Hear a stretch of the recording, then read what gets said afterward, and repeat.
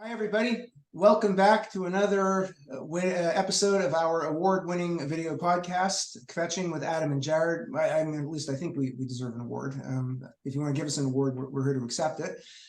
We have a very special guest tonight who will be introducing himself in a couple of seconds. But just to remind you who I am, in case you have forgotten, I am Jarrod Tanney. I teach Jewish history at the University of North Carolina, Wilmington.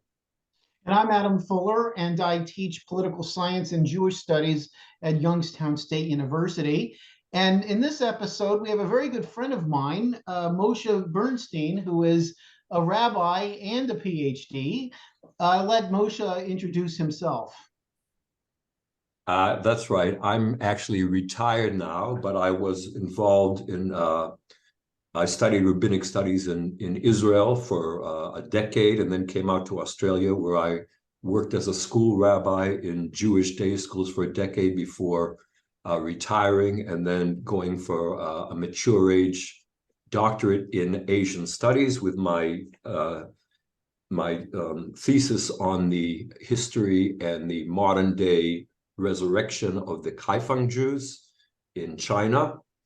And I've been involved in always a few other things, and currently involved with the Jewish Studies Zionist Network on the coordinating committee, and very concerned about the rise of anti-Semitism for Jews, but as a worldwide issue. It's a barometer that, you know, something is happening in the world that is unstable and not quite right.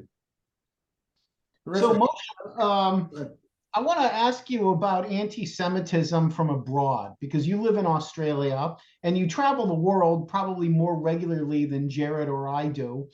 And you follow a lot of the international news even closer than Jarrod or I do. So could you tell us about what's going on outside the United States? On our show, we've talked a lot about, you know, campus anti-Semitism here in the US. What's going on abroad? Well, when you talk about abroad, let's divide it widely into Europe and then I would say the Arab world. Mm-hmm. And in Europe, you have, similar to what you're seeing on the United States, it's odd because in Europe, you have more of it coming from the immigrant population of Muslims and less of it coming from the campus, right? It's funny that in America, on the university campuses, it's much more pronounced than it is on the British campuses. But in terms of the street protests, you'll get 300,000 that will show up in London and in Paris as well. So look, that's a situation of that, you know, demography is destiny. And I don't know what Europeans can really do about it. I'm just listening now to a podcast of Melanie Phillips, who was speaking with Brendan O'Neill, and she's now in Jerusalem, saying she feels much safer in Israel than in London, and which seems ironic to a lot of people. But I do understand that sentiment entirely. I should point out that for those who don't know, that Britain's Jewish population is only, I'm looking it up right now, somewhere between 290,000 and 370,000, depending on how you define Jewish. Which is incredibly small. I mean, what are we in the United States? 5 million, 6 million? Something like that. Yeah. And Moshe and I have a mutual friend who's in London, or is in the UK, not London anymore, who is reporting to me anyway that the Jews that he knows there are actually quite frightened. British Jewry does not have a history of pushing back, unlike American Jewry. They've always been a small community historically. I mean, there were only like 4,000 that were expelled in 1290 when they were all given the boot from England. And, you know, they came back in the mid-1600s and the population was never huge. It actually doubled in the 1880s because of Russian Jewish refugees, right? So you had your core community that had been there since the 1650s, and suddenly these Russian Jewish immigrants came. And Britain wasn't a major, you know, site for Jewish immigration. Most of them came to the United States and Canada, and then eventually Australia. So no history of pushing back. That's the thing with British Jews. The United States, they've been pushing back since 1655, since the day Peter Stuyvesant refused to let the Jews get off the boat in New Amsterdam. So I can understand, you know, why British Jewry, you know, is in a state of fear at the moment. It makes sense. In Europe, I should make a distinction that, you know, those countries like Hungary, Czechoslovakia, the Eastern European countries, Poland, that have resisted the call for massive immigration tend to be in this stage, they have less susceptibility to domestic pressure, and therefore there's actually less open anti-Semitism. In the case of Hungary, I was in Budapest last year. I mean, it's probably the best place for a Jew to be openly Jewish in all of Europe. That's interesting. If you read the press here, especially coming from the left, they make Orban out to be a virulent anti-Semite. And I've seen some of the Soros propaganda, and I mean, maybe here not everybody knows Soros is Jewish, but in Hungary, obviously they do. So but in Eastern Europe, a lot of Jews are not openly Jewish. I lived in Poland, and there were quite a lot of Jews that were quiet about it. But I'm talking about in Budapest, where you're seeing a few kosher restaurants where you walk down the street, every 100 meters, you'll see somebody with a black hat, I'm talking about openly Jewish, and it's tolerated. And well, it's tolerated because you're not going to have the anti-Israel protests in the numbers that you have in Europe, and in America. You still have big numbers, but there you have a majority of Jews. And I mean, if there's not too much erosion in the demographics over the years, you hope it stays that way. But it's not the best situation even for American Jews. I know European Jews have it worse. In terms of the Arab world, you have, that's the massive thing, but you have two types of trends. That one is the trend on the street where we see all the pictures, and that's part of what's rooted in Islamism. And and it's this idea, I think at its root, the idea that Islam is the seventh revelation that will ultimately take over the world. It's supersessionist. And that fact, and the fact that the Quran is openly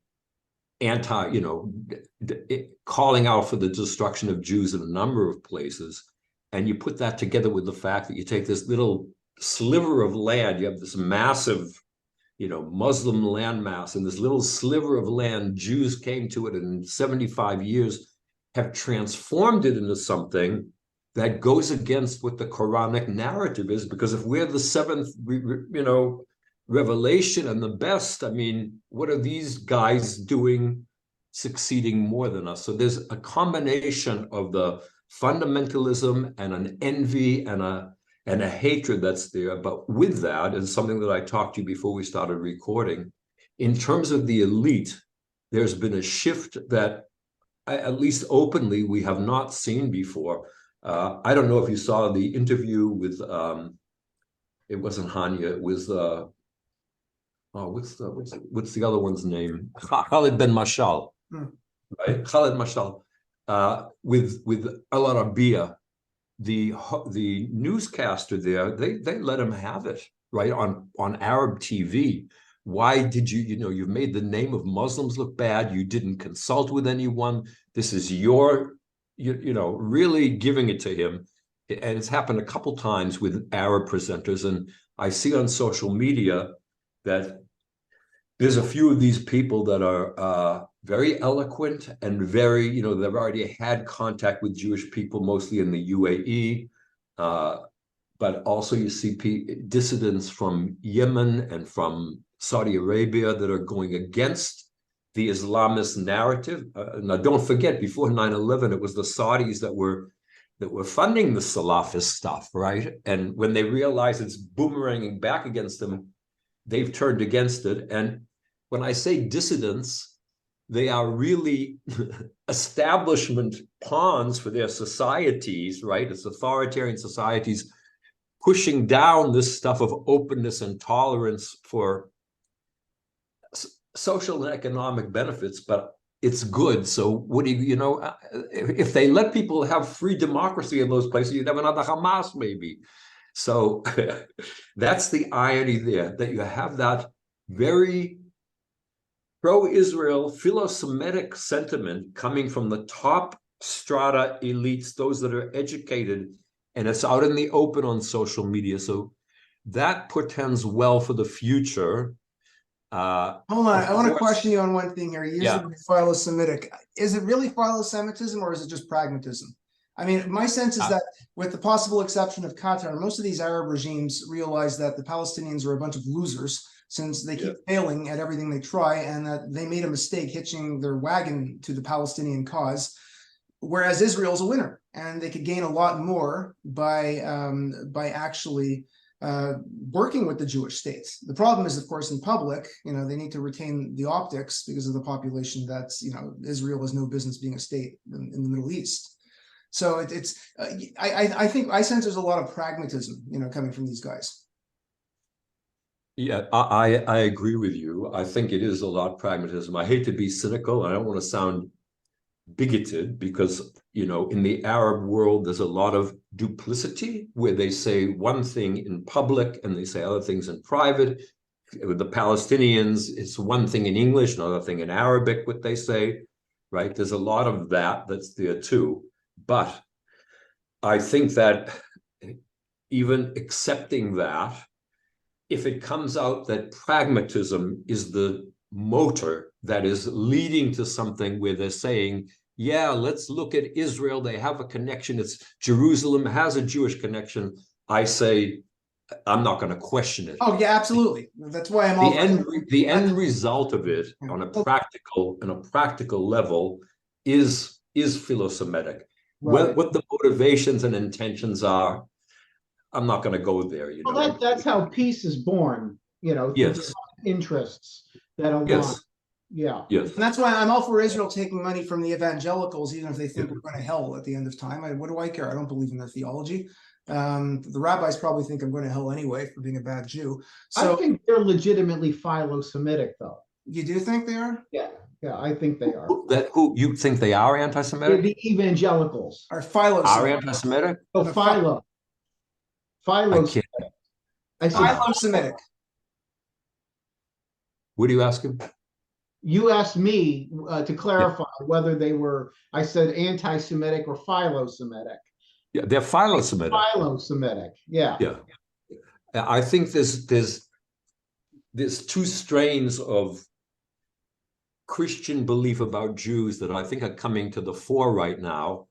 And the old one was that, we were the old root, and now there's a new branch, and it's that branch that matters, and the root is old. And there's a way of looking at it. No, we have to look back at the root positively and see the branch for what it is, sustained by that root.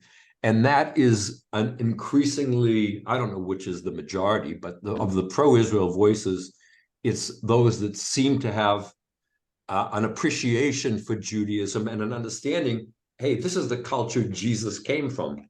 Yeah. It's not that Jesus was a Palestinian, as the Palestinians claim. Its roots lie in Calvinism. It emerged with Calvinism in the 1600s. And when the Puritans came to power in England, that's why the Jews were let back in. We can actually learn from the original chosen people. We still want them to be Christians. And if they don't accept Jesus, all bets are off for the next world. But in the meantime, hey, they know Hebrew. That's the language of God that God wrote the Old Testament in. So the Jews were actually let back in England after being kicked out after the massacre of York. That was because of the Kvetching Jews. That what is it? Manasseh ben Israel. Yeah, he went to London and he said, you have a prophecy that Jesus will return when Jews are on all the four corners of the world. Now we've just discovered through the Jesuits they're in China. You got to get them back to England to get them in all the corners, so that and that was supposedly the winning argument. No, Manasseh ben Israel was brilliant. If you read some of the arguments he put forth, he also had to engage in a disputation about whether the Messiah was going to be divine or human, and whether he's come already or not. And his responses were utterly brilliant in it. Yeah, very smart man. So what about Australia? What's going on over there? Well, Australia, you probably saw the gas the Jews thing. Yeah. So here we have the problem, I'd say we're like midway between America and Europe. In other words, we have the Muslim population here is far more than the Jewish population, especially in areas like Melbourne and Sydney, but it's not quite exponentially more as is the case in Europe. So Jews still have, I think, some political influence, And I think as a whole, I don't want to be, I think as a whole, Australian people are more, you have this expression here, fair dinkum, fair-minded. They want to give people a fair chance. So I think that the Australian public may be a little less warm to end up supporting, what is in essence supporting Hamas terror than in Europe. I think that a Jew is safer here now. Sorry, certainly on the streets of Perth. Perth is in Western Australia. We don't have the problem of Sydney and Melbourne because we're living in an area the size of Western Europe with a population of 2 million. So there's a lot of space here and just not that many people, right? So I've been calling Australia the occupied Aboriginal territories because of the government now referring to the West Bank as occupied Palestinian territory. Yeah. Well, I don't know if you saw that they had the referendum on The Voice here. Did you see that they were trying to make? No, that was the huge. The news here for years was that they were promoting something called a voice to Parliament, which was meant to be an Aboriginal council that would be an adjunct to Parliament that would be able to comment on the laws. And the whole Albanese Labour government, Labour is like the Democrats here, put all their eggs into that basket, and it failed dramatically. Like 60% of the people rejected it, largely because no one explained what it was, right? It was so vague that people were worried you're going to have, something where they can come out and say that, like the unreasonableness clause in Israel or something, that we don't agree, it's not reasonable, and end up, upending whatever Parliament decides. So it only passed in the Canberra territories. It had to have a majority of states. Every state rejected it, but that really put the opposition Liberal Party, our Liberal Party is like conservatives or Republicans, that put them up because they supported a no vote. But so it is the same thing. The indigenous people, it's everywhere the same thing.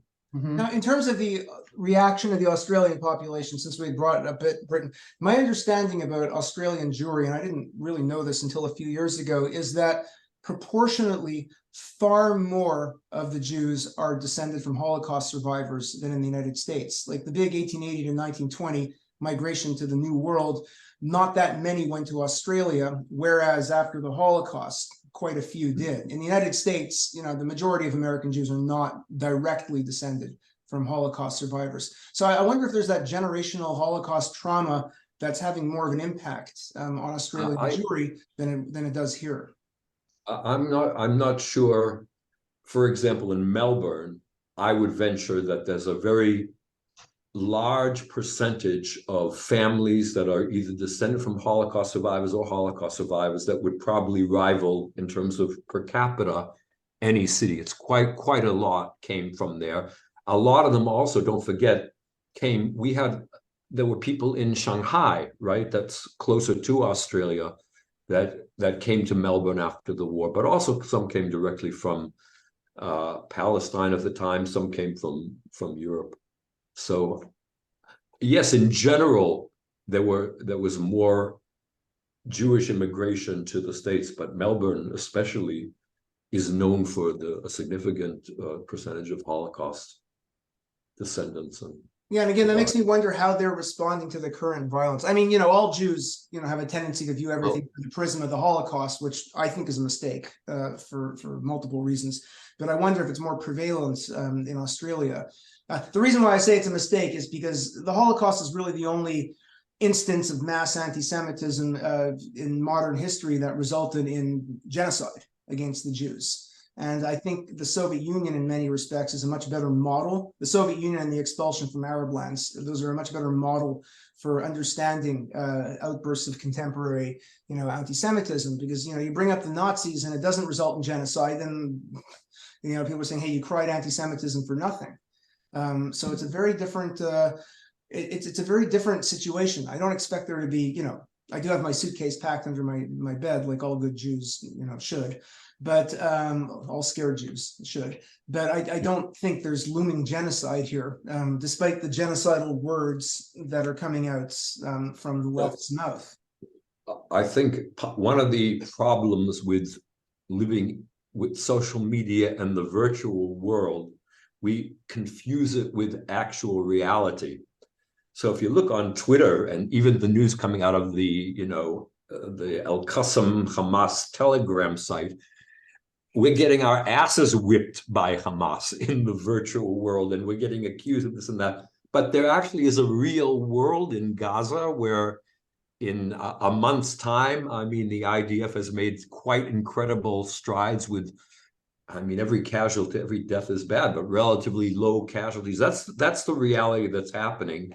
And the reality is that there's a determination in Israel that I don't think anything can stop the demonstrations or the UN Security Council resolutions. I mean, the Israeli people are facing a threat that people just don't get it, that is existential, but Israelis do, because it was their people there on October 7th, and they're not going to stop. And that is the reality on the ground that will outlive the noise, and right now you have, the other thing is too, you have a lot of noise of the protests, Gen Z joining with Islamists, but it's not the majority. The majority of people don't even use social media. They still watch TV. They're decent people who watched something happen on October 7th and just in their head said, that's evil, and that's it. That's it. They don't hear anything else, and nor should they. Like Matt Walsh said, like a lot of people don't know the history, and frankly, the history is so complex, nobody wants to know about it that much. But he said, if I was just an alien beamed in from outer space on that day to that music, the peace concert in the Negev, and I saw people dancing, and then I saw people coming down with paragliders with machine guns, I'd know right away who the bad guys are and who the good guys are, right? And that is true. It should be visceral. And people, I think that's the dividing line now when you talk about anti-Semitism. We see certain people just feel it in their kishkes viscerally. They know that this is evil. You can't live with it, and you have to get rid of it. It's sad. War is bad. Israelis don't like war. No one wants to go into Gaza, that, hornet's nest, but sometimes you have to do what you have to do. People that feel it viscerally that way. And then there are others who but they block it for a lot of different reasons, right? I mean, there are people that say, that look at the orgiastic glee of the Hamas killers, and even when they're intellectuals like this, I don't know, I can't remember, UPenn professor, was it? Or somewhere, the one that said, I was exhilarated. Cornell. There were multiple ones, but Cornell in particular.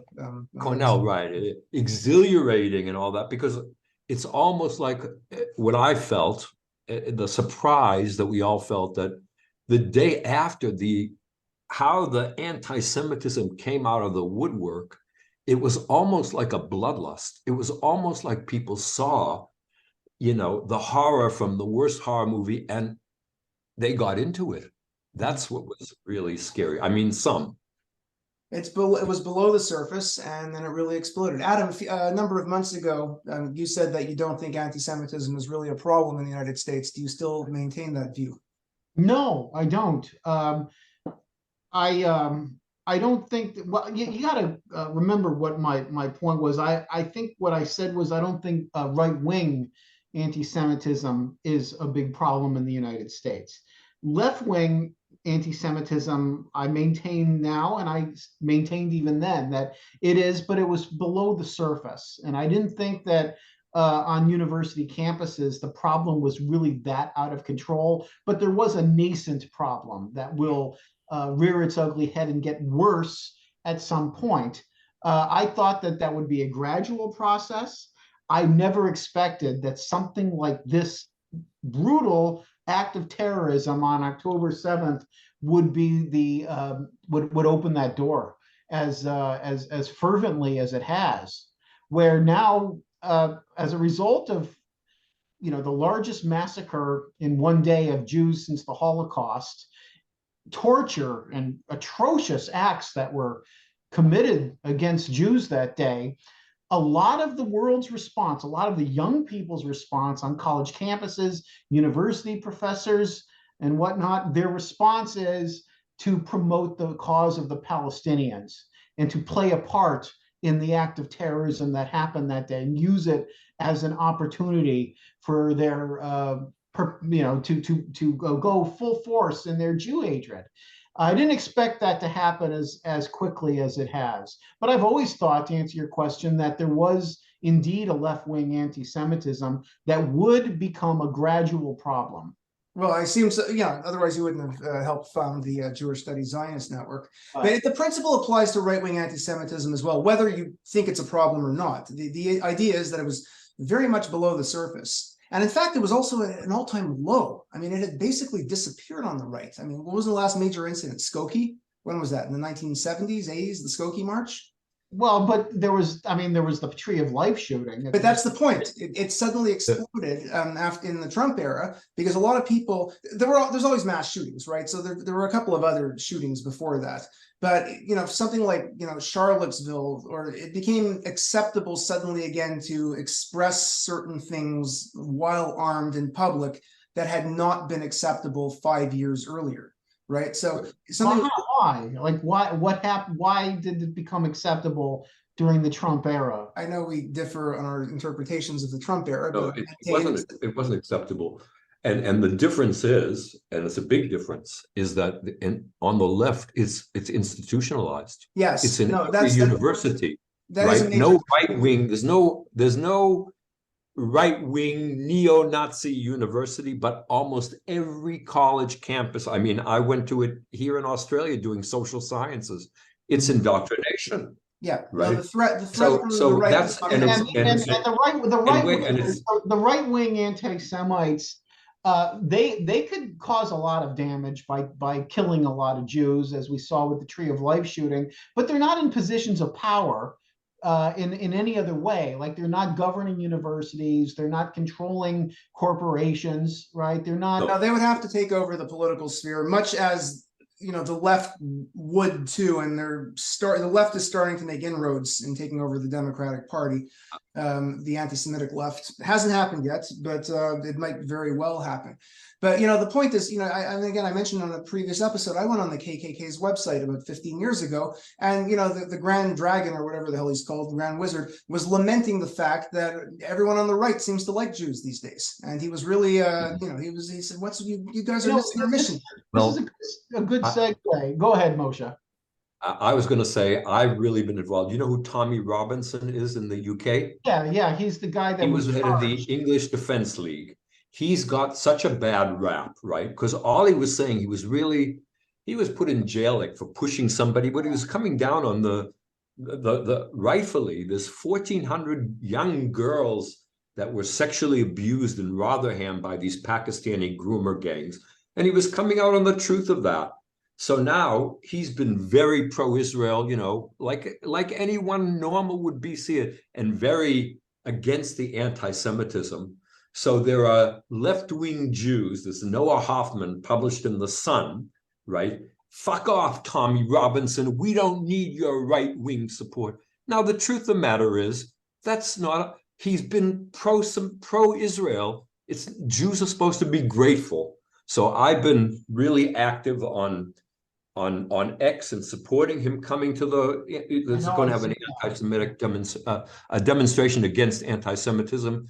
It's good that he comes and he brings his 100,000, football fans, good British blokes that don't want to see anti-Semitism, that feel bad that Jewish people can't go to school and can't walk on the street with a kippah. I mean, that's the type of people you need. Right. Well, as long as they're willing to defend domestic Jews and they're not just voicing support for Israel, right? I mean, there are a lot of people who do voice support for Israel. Sometimes he's voicing support for British Jews that are expressing their fears and he's pro-Israel. He's both. He's well, genuinely. I don't know anything about the guy. It's interrelated. I remember the Tommy Robinson incident when he was arrested and charged with that. Yeah. But I will say though that I do think that there is an alarming anti-Semitism, or with something within the realm anyway of anti-Semitism that is brewing on the mainstream political right. And it's not Trump. It has nothing to do with the Trump era. What we're seeing now, I think is largely caused by isolationism out of people like Tucker Carlson and Candace Owens. This link that people are making on the right within some segments. I still think it's a minority, but it is a vocal minority, a connection between Jews and the woke. They're connecting the two together, right? And that is what we have seen over the last couple of weeks coming from Candace Owens. What do you think, Moshe? That's partly it. In other words, in that scenario you're talking about, they're saying, Jews as woke have let all these immigrants come in the country and they don't care about white people. And now you're asking us to care about Israel, and that's the isolationist part. Mm-hmm. And especially this whole thing of seeing Israel as a foreign country. And I don't know, I watched that broadcast. I have to say, there's kind of like there's stuff that's obvious anti-Semitism on the top, whether it's the Islamists or the postmodern anti-oppression, anti-colonialist, that stuff. And then there's a soft, subtle type that's not really noticeable. And part of it can be from what you talked about, isolationism, the feeling that liberal Jews betrayed the white race combined with that. But I think there's also an undercurrent of the Christian supersessionism, because if you notice how Candace Owens ended that conflict with Christ is king, right? It's kind of implying that, and she mentioned on the broadcast, well, all the rest of us, Matt Walsh, and we kind of get along. It's Ben Shapiro, right? So it's a subtle, there's an outsider thing there. Maybe I'm being too oversensitive in perceiving that, but I do think that I'm not reading in too much when she starts quoting Christian scripture there to get back at Ben. We have to add the caveat that Candace Owens is a moron. I mean, we have to look, her quote about the Nazis a few years ago. No, I mean that thing about the Nazis when she was testifying in front of Congress, I thought that was taken out of context at the time. I did not think that there was anything anti-Semitic about it. But what is happening now, what I'm seeing out of her now, is definitely alarming to me. And then she actually said something to the effect that implying that Jews worship money or something to that. Do you saw that, Moshe? Did she say, yeah, that was in the tweet that she said, if I have to choose between, I don't want to have to choose between God and money. Right. And that was where and what did she mean by that? And that's when Ben Shapiro answered, if it bothers you, if you can't fulfill your conscience, words to the effect of by working for the Daily Wire, then quit. Mm-hmm. He said that to her, right? And then she said, what do you mean reading yourself into scripture? Like, I wasn't talking about you. We've been watching you, and then she went into her real rap. We've been watching you be unhinged and emotional, and we haven't said anything for a month now. And that's the whole thing. You Jews are getting excited because they're killing you, and we don't want that. Mm-hmm. And that's the subtle, dark anti-Semitism where we're not going to say it out loud, but we really feel better. The whole thing of ceasefire and stop the genocide, let Hamas win. What they're really saying is, we just feel better if you just cop it. That's what you do. And a few weeks ago, she pulled out the neocon slur, which I hadn't seen for like maybe 10 years. She said that if you, I don't remember exactly how she put it, but if you believe that the United States needs to get involved in this, and this, you're just a neocon, right? Yeah. Now, the word I've written 2 books about neoconservatives, right? And I've done a lot of analysis of what exactly neocon means. And it means something specific, but it is also used to mean a number of other things. One of the things that is sometimes used, especially when it's used by people on the mainstream right who are more into certainly the paleo-conservative, not necessarily all of them, but paleo-conservative mold, is that a Jewish conservative, right, who's not sufficiently conservative, and is still very much living within as James Burnham, I think it was, who put it, a gestalt of liberalism. That maybe it wasn't Burnham. I don't remember exactly where that came from. That they're still thinking like liberals, right? That they still have some kind of mentality that thinks that minority rights need to somehow trump the interests of America, right, in some way. And that, I think, is where Candace Owens was coming from. You got to remember, her whole rise to stardom has been in rejecting the left's racial politics, right? And she very much wants to see everything through the prism of rejection of victimization. So she doesn't want to see Jews complaining about being victims.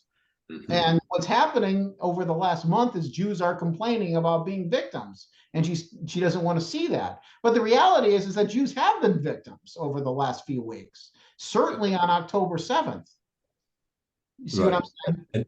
And that's something definitely that, when they ask, what's everyone so emotional about? I mean, look and see, and you can understand it's trauma for Israelis and the Jewish people, but they really came down, both Tucker and Nikki. Both Tucker and Candace came down on Nikki Haley for saying words to the effect, supporting Israel is supporting America. Now, and they were aghast at that. How can you say supporting a foreign country? But I mean, I'm not a political science major, but there is such a thing as alliances. I mean, you just know that from common sense. You live in a neighborhood, you'd rather have your neighborhood friendly and well off than being poor and hostile, where he might come over and steal or do other things, right?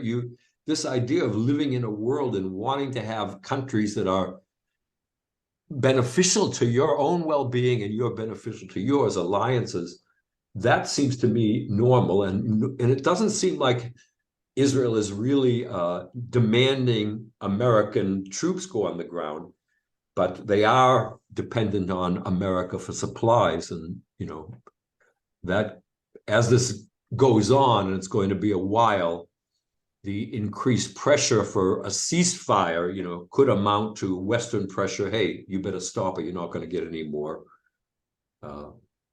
ammunition.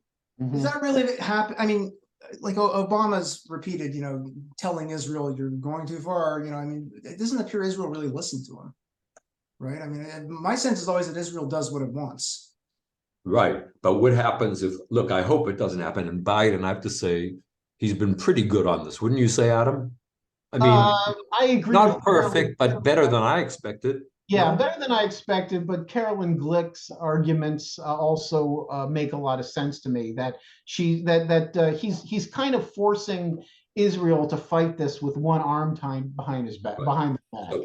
So that's my point. Is after another month, will they say to Israel, "Look, it's just too much. These, we can't give you any more. Stop it now, or the arms will stop." Would they do that?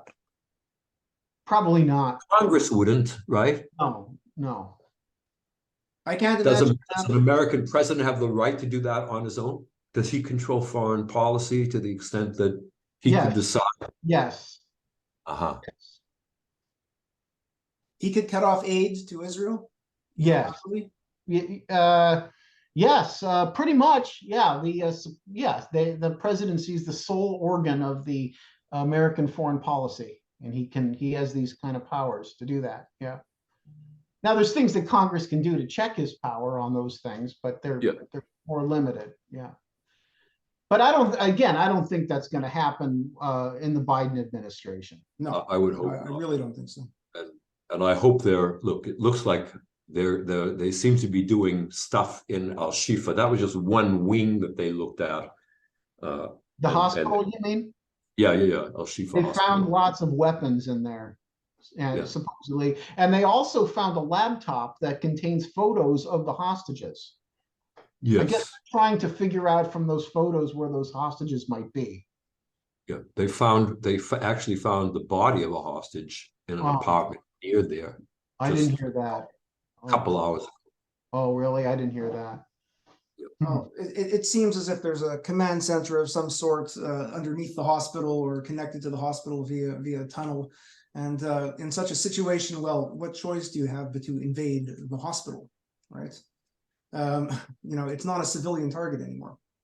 No, but that's the problem. Is you have all these, every person in the press and every person on social media becomes an expert on the laws of war and Israel, war crimes. So it was pretty good yesterday when Biden said, I think he said this was the first Hamas, the first war crimes. He used the word first to describe it. So that using civilians as in Al Shifa Hospital with their command center is confirming that. Well, Hamas has and as far as the international law goes, international lawyers put out a statement just a few days after October 7th, condemning the illegality of what Hamas had done. So I haven't seen anything from the International Law Association since then, but that was their initial reaction. And I've seen international law experts interviewed on various sources like the BBC that have pretty much said that what Israel has done as a response to October 7th is fully within the scope of the law.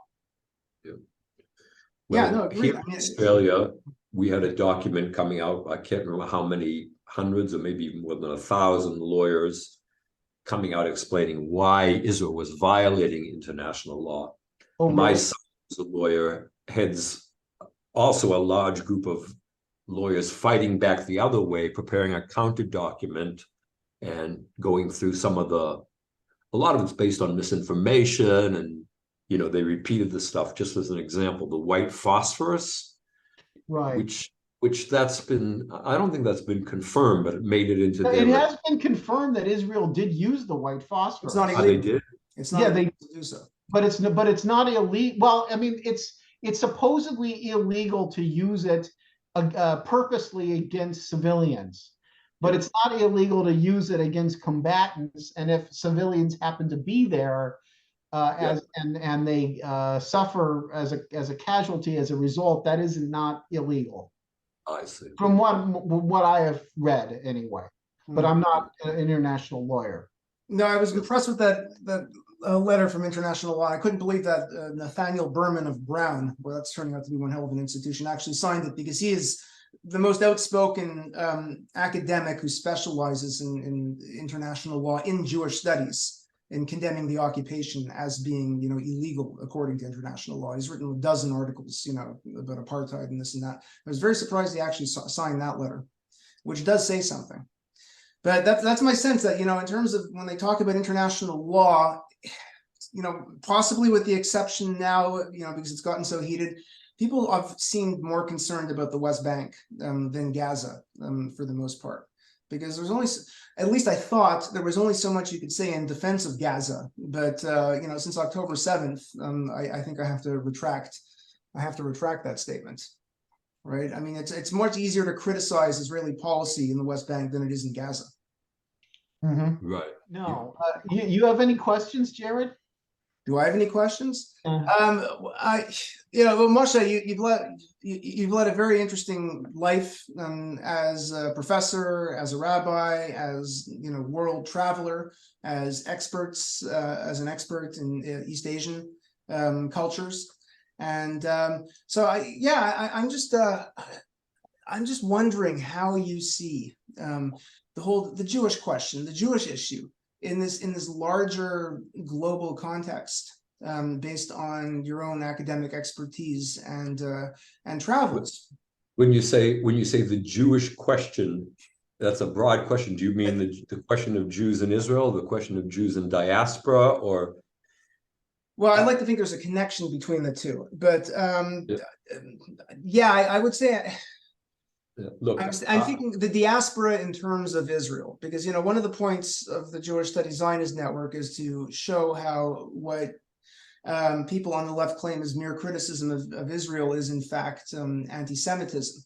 And that means that they're using anti-Semitic tropes and they're targeting the Jews using the word Zionist in such a way that is, clearly continued from previous anti-Zionist, anti-Semitic campaigns in history, most notably the Soviet Union in the post-World War II period.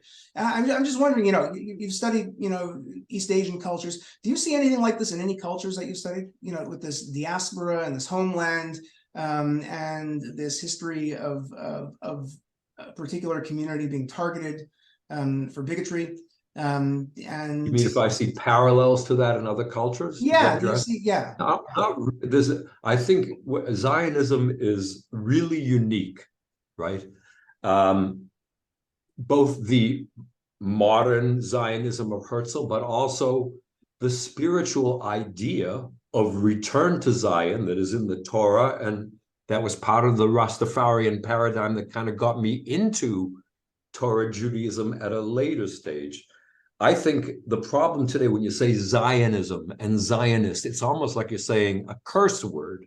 It's almost, today, it has a connotation almost like Nazi, and it didn't always. And for things to change, this is what I talked about with this John Aziz, it has to be shifted back to the reality, of what it meant, both in a spiritual sense, that it was always the Jewish connection to the homeland in Jerusalem and to Israel, and also to the modern Herzlian secular Zionist narrative that even if you look at what, the Neturei Karta believe that, Zionism is it's not the hand of God, it's going to result the Arabs will hate you and there'll be wars, and all that's come true. But even with that said, it's done more to save the lives of Jews, what you call pikuach nefesh, saving lives, and the idea of reviving Torah study, more than anywhere else that's happening in Israel.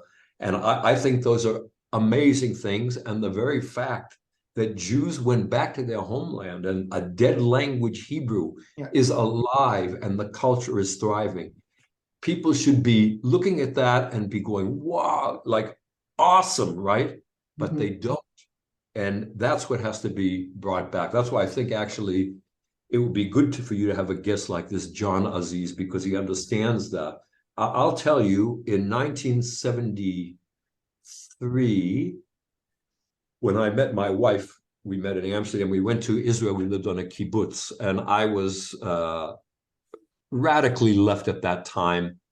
And against the advice of the people in the absorption center, we decided, no, I want to go to Gaza, to around Gaza. I wanted to go to Jenin and Nablus, and we did it all. And then I wore before I was even religious, I wore these beanies, hippie woolen caps. So we went to Gaza and we went to all those places, and I broke bread in a refugee camp in Jericho.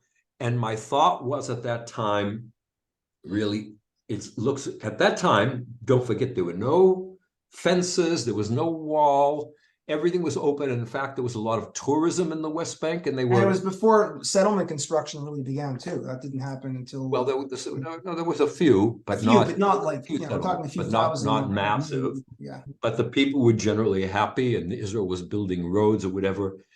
But then what I saw, I don't know if it was the settlements, but when Hamas started to get big in the 80s, right?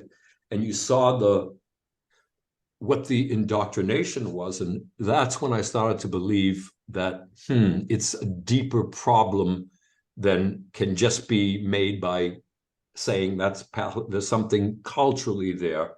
And as I grow in time, the more that I'm in favor of peace, the more I see that you just can't do it when that indoctrination is so ingrained, when kids are getting books in kindergarten, that talk about destroying Jews, when they're watching TV shows that teach them you hate the Jew and all that.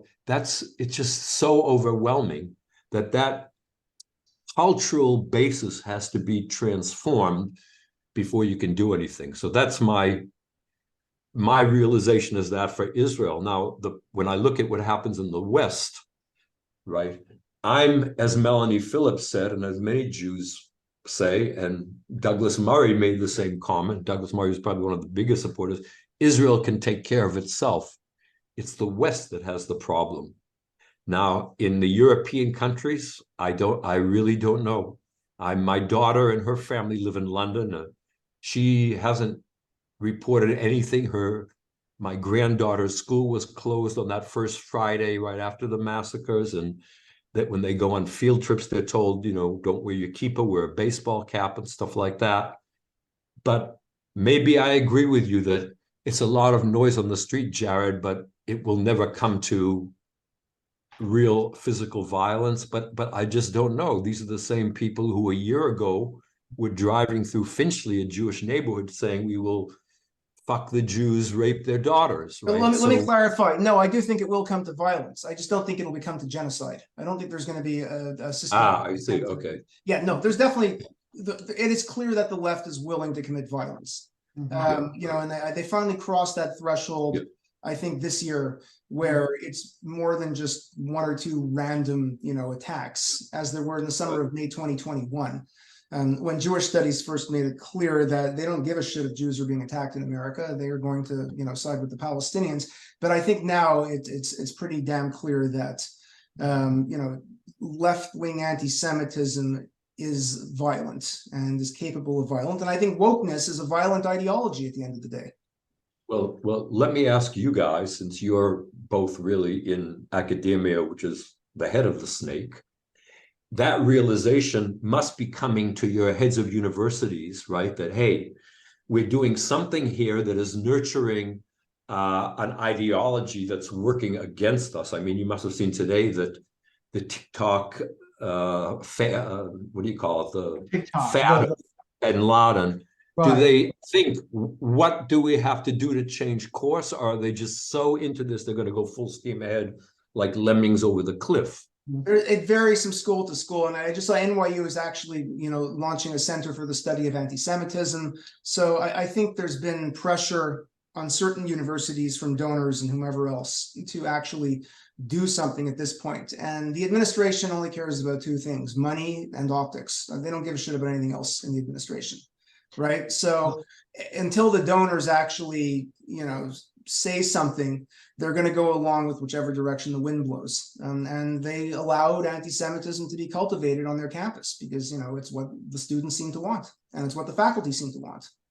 Mm-hmm. Yeah, and I agree with Jarrod with what you just said, everything you just said. But I also want to say that, and this gets to something that Jarrod and I disagree with each other on.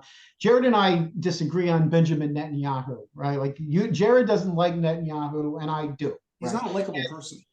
All right, fair enough. But what Moshe said a moment ago was that, as Douglas Murray has pointed out, Israel can take care of itself. It's the rest of the West that has a problem. Well, I kind of see, in a way, Israel as, because of that, leading the West in a way, or the conscience of the West, because Israel understands the threats to Western civilization in a way that no other Western country seems to. And I think Benjamin Netanyahu, in particular, more than any other Israeli prime minister, in as much as policy-wise, he may not be perfect, and there have been mistakes that have been made by his long administration. Netanyahu, better than any other Western leader, articulates very coherently the threat to Western civilization. And he articulates it to the rest of the West, using Israel as the example right here, but also showing the West that this is not just Israel's problem; it's the entire it's the West, the problem of the entire Western civilization, and that is something that Netanyahu brings to the table, and why I think that he is a world historical individual. right? Because of his leadership by articulating the real danger. Would you agree with that, Moshe? I agree with that, and even more. I think that's the reason why he is not popular with Western European countries and in the West. The whole thing there is our culture is bad. We're the oppressors, and they open the door to kids liking bin Laden. It's the parents and the teachers and everybody. Netanyahu does not apologize for Zionism. He doesn't apologize for Israel. He doesn't apologize for Jewishness. He doesn't apologize for Western civilization. He advances its superiority, its moral superiority. With that said, I have to say, as much as I do admire him, I think history will look back that he is an outstanding leader from taking Israel to that economy that was a labor social into the modern world. He made Israel the power that it is. But I think after this war is over, he really should. I would hope he retires. Well, you and I both agreed, though, that he should have retired long ago. We were. I think in 2008, Netanyahu answered a very important impulse in Israeli society. They wanted economic growth and they wanted to stay out of wars. And he did an incredible job with that till 2014. And then the Gaza conflict of 2014 was the most, serious. I think there's a point at which every great leader has kind of expired. I'm not prepared to call him a great leader. I said he answered an important impulse and did great things. Fine, but I do think that he historically has been a great leader. I'm just agreeing with Moshe that his shelf life is over. His shelf life expired 5 years ago. Yeah. But he doesn't want to relinquish that. With that said, too, I have to say, even though it's true, I still think he's the best prime minister to get through this thing. I understand it's late. He looks tired. I can see he's had it, but it's good that he's at the helm still. After it's over, he's very pragmatic. Yes. Yeah. Yeah. No, absolutely. I agree with you. He's also power hungry, and that's a very big. But that's true of any leader. Maybe I don't know. I tend to hold some of Israel's early leaders more idealistically. Ben Gurion and Golda Meir. These were genuine. I think you're right. He's concerned about power, but to say that his ideals are no less heartfelt than Ben Gurion's is a mistake. They're just different ideals, but he certainly is true to them. It's not like he's faking you out and he's pretending to be, conservative. He really believes in Western liberalism, meaning the small L. You know what I mean? Yeah. No, but you are 100% right. Going back to earlier, and this is not specific to him, that Israel does understand the threat to Western civilization. Far better than the Western countries, if only because they had, they've been fending this off for decades, well before 9/11 took place. And a lot of them, the Mizrahi, lived in those Middle Eastern countries. They've experienced it. They know what it's like. Yeah, that's why they understand the threat to the West better than a lot of the Ashkenazi do. Well, you're assuming the Mizrahi hold liberal values, which they might have developed over time, but I rather doubt that they held when they came into Israel, because they did grow up in those Arab countries, right? I mean, I know, but that's what I'm saying is they grew up in it, but they're now rejecting it because they've experienced both. Yeah, but it's possible to reject the country you come from while still retaining the overall cultural values of that country. I mean, if you grew up with them.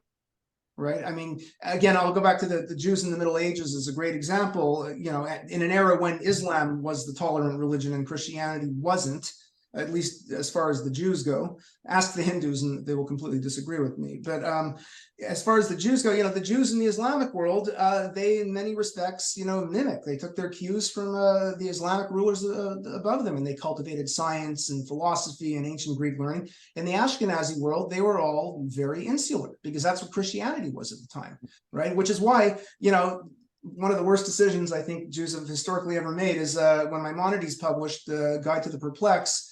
The rabbis in southern France and Ashkenaz were so outraged, they wanted the book banned, but Jews in the Middle Ages couldn't ban books themselves. So what did? They went to complain to the Dominican monks. I mean, that's like calling Stalin in to settle a problem between Poland and Hungary. They're going to come and they're not going to leave, and they're going to start poking their noses into the Talmud and whatnot, and finding blasphemies against Jesus here and everywhere else. And so again, the Ashkenazi rabbis were extremely, extremely, conservative in the medieval sense, in the medieval context. And it has very much to do with the state of Christianity at that time, right? Compared to the Sephardic Jews of Spain, who were far more cosmopolitan, if you will. Right. So I think the Mizrahi Jews certainly entered Israel with those values, despite the utter contempt they would have had for Arabs by that point. And I imagine that a lot's changed in the last 50 or 60 years because they've integrated quite effectively into Israeli society. Of course, the left says, no, the Mizrahi Jews are still treated like shit, like they were from day one. This is a white supremacist state that treats Jews of color badly, which of course is absurd. Oh.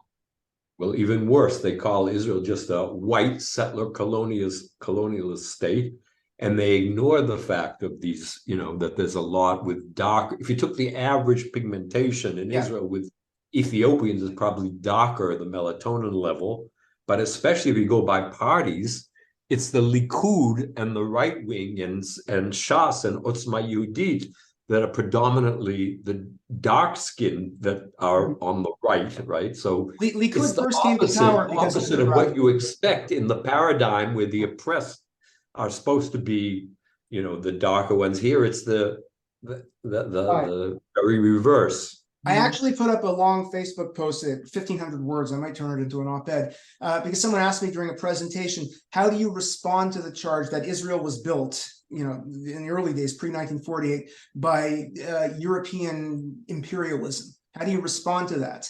And it's I have to give them the facts. I said, well, there's a couple of facts that you have to explain by putting in their proper context, and I won't get into all of it now. But the bottom line is that the people who did build Israel were white Europeans. They were Jews who were told to get the hell out. But that in and of itself requires a proper response. So I wrote something today to equip people with the most prevalent charges that are leveled at Israel for calling 1948, a European racist endeavor. And I think my post is pretty good. It might be a little bit too long. Post 1948, I don't get into, except for the fact that, 60% of the population is Mizrahi today. So whatever Israel might have been at one point, you certainly can't say that today, not in any way whatsoever. Well, the idea of colonialism generally was that the empire would go out to a colony largely to usurp the resources in that colony and take it back, right, to enrich itself. So the Jews who are coming from Germany, first of all, they weren't running another country in Europe, and they went to a place that was just a shithole with just swamps. It wasn't rich that they could go and enrich themselves. They had to work it and build and farm and everything like that. So like everything, all these terms they throw out that are so far from the narrative. But this is where the term settler colonialism comes in, right? They're not extracting resources and taking them back. They're extracting resources for themselves. I'm not talking about Israel specifically here. I'm talking about countries that would allegedly fall into the settler colonial model. And I'm not convinced that any countries, with the possible exception of the United States and some other places in the New World, could fall into that category of settler colonial societies. It simply doesn't really work. It's not an effective model, and it certainly doesn't apply to Israel. It absolutely does not. Another one of the points I brought up about is the acquisition of land. The pre-1948, the Zionists didn't throw Palestinians off their land. They legally purchased it. Granted, the Palestinians got screwed, but the legal system that screwed them over was created by the Ottoman Empire, and they're not a white European colonial power. They got screwed by Turks and Arabs, not by Jews. The Jews simply purchased the land, as anyone can do in a pseudo-capitalist system.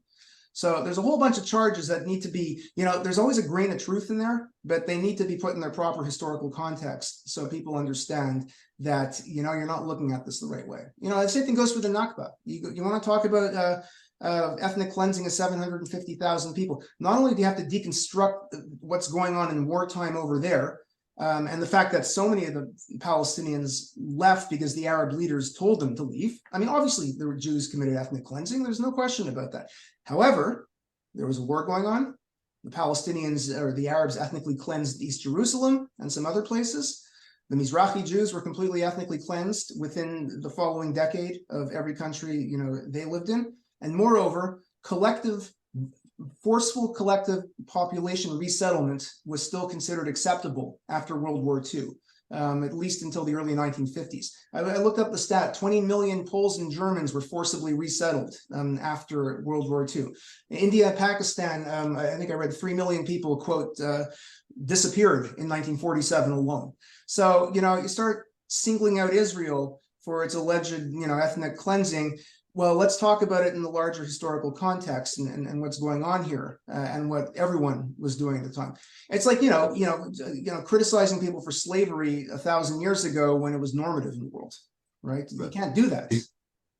Do you know who Einat Wolf is? Yeah, of course. Yeah. She signed our statement. So she put out a thing, and I talked about this with John Aziz, and he's in total agreement that one of the first things that has to be done is you have to end the status of Palestinians as refugees and end UNRWA, UNRWA, that is the most corrupt organization. Yeah, absolutely. And I agree. them on the status of, we got to get back, from the river to the sea. No.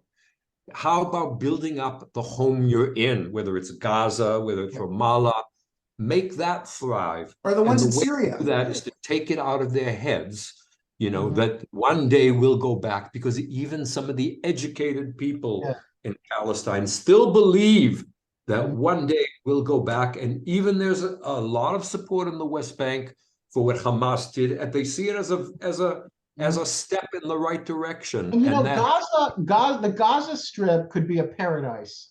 They get billions of dollars. They have the money. They could literally turn it into a tourist attraction. It could be like the new Las Vegas in the Middle East.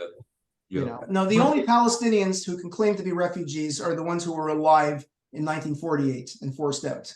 There's no other people in the world who carries refugee status into future generations. And, the other Arab states did it to showcase the fact that Israel is evil. Look what they did to these people, 25 generations later, if this keeps going. It's absurd. They should gain citizenship in the countries they ended up in, just as all refugees do. Yeah, but of course, they're not going to do that. But I agree, Moshe, though, that the real blame goes to the Europeans, the Westerners, that are encouraging the Palestinians to remain obsessed with the Nakba and to not build on the land that they have now and to return to 1948 borders. I mean, it's just ridiculous. I sense, as much as there is this faux compassion for the poor refugees and their children and their grandchildren, that there is with that a little bit of the subliminal anti-Semitism, that this will remain a permanent thorn in those cocky Jews' side over there in their shitty, what did that diplomat call it years ago, the shitty little country. That's what some of them think of it. The left's desire to rid the world of Jews outweighs their concern for a Palestinian state. And that's true of the Palestinians as well. Their desire to rid the world of Jews, or at least Hamas and they want to continue. They want the Jews to continue to have this problem, and that's it. Yeah. And I think that's why you find a lot of effort behind the ceasefire from Europeans, and what Macron said. It's just like really bad for them if somehow Jews win, right? Yeah. No, it goes against the narrative, and it goes against everything we've been trying. The policies that we've been having in place all this time is that, you'll be permanently troubled. Look, I don't think Israel's going to, even if they get rid of Hamas, which they will, there's going to be insurgencies. It's not going to stop immediately. That's my thought is, how do you get rid of the mind virus that's there? You have to stop certain imams from speaking in the mosques, and you have to get the ones out. I mean, Saudi Arabia shifted.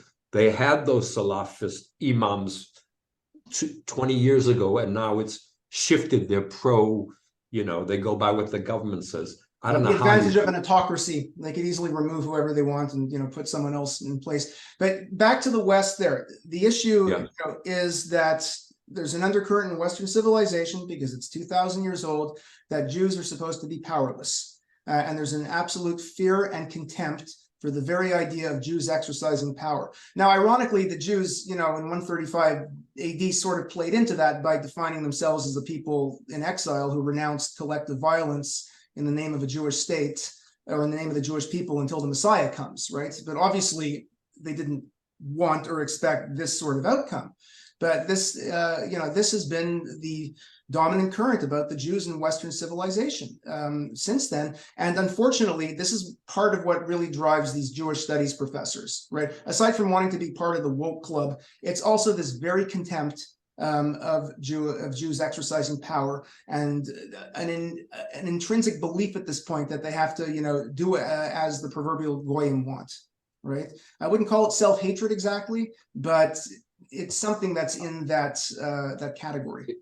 Maybe that's not the word exactly, but look, I can say from my own past that I rebelled against that. I left home early at 17. I lived in the Black ghetto and always trying to go to other cultures, partly because my own Jewish identity was something I actually didn't like and knew in the background about the Holocaust, and only in time being able to come back with it. So I see a lot of people like that. I don't know, Glenn Greenwald, who's on the far left. I mean, lately, since the Israel thing has come out, he's been going nuts. He's been crazy. What? Is he Jewish? Crazy. Is Greenwald Jewish? Yeah, but it's so obvious because he just uncomfortable that anyone should think I'm Jewish, so I'll do everything I can to be a capo. Absolutely. Yeah, they have to pass the litmus test, but they've also internalized this belief system, right? Yeah. They've absolutely internalized it. We've passed the hour mark, so we should probably wrap things up. This has been a really terrific conversation that's gone in so many different directions. We covered a lot of topics, but we've actually covered them quite well. Yeah. Great. And Moshe is tasked with finding us a Palestinian to be on our show. Yes. I'll talk to him. I have to tell you, he goes to Open University, has exams next week until the 27th, so he's not free till then. But I'll tell. How old is this guy? Pardon? How old is he? Seems to be in his early 20s. Oh, okay. He's young, but he's very expressive. And I told him yesterday, I said, apart from the fact that you think Abbas is ready to take over, the Gaza, you sound like Israeli Hasbara. But he said, well, I don't think that about Abu Mazen. I was just saying, if it would be possibly be good. So pretty much he's the type of Palestinian, if you hear what he said, you could say if those were the leaders, it would be great. But as I say, or I'm not sure if I told you, he's more concerned with, I did tell you, the of convincing minds on social media and in the West, which is important. My thing that I'm always thinking of, what will be in Israel the day after? I don't know. I mean, I'm sure the Jews will come through it in the West somehow, but right now it does seem like a big dark cloud, I have to say. And when you think that, okay, maybe these kids on college campuses will grow up, but what about the next generation? And that's it's a problem. Scary. They're being brainwashed by the professors to be anti-Semites. Okay. Yeah. All right. Well, we're going to sign off. This has been a terrific episode. Thank you, Moshe Yehuda Bernstein. He's a Bernstein, but not a David Bernstein. You don't want to change your name to David. He's our third Bernstein on the show. But third Bernstein on the show. Really? Yeah, but only the only Moshe Bernstein though. Yeah, the other two were David Bernsteins. Who was it? You had two David Bernsteins or one? Yeah, two. We had the one who wrote the same David Bernstein twice. No. We had the one who wrote Different Anti-Semitism, and we had the one who's a law professor at Georgia. There's three David Bernsteins. Okay. There's three David Bernsteins. We had two of them on the show. Yeah. Okay. All right. So this is the three of us signing off. Thank you so much for watching. Okay. Take care.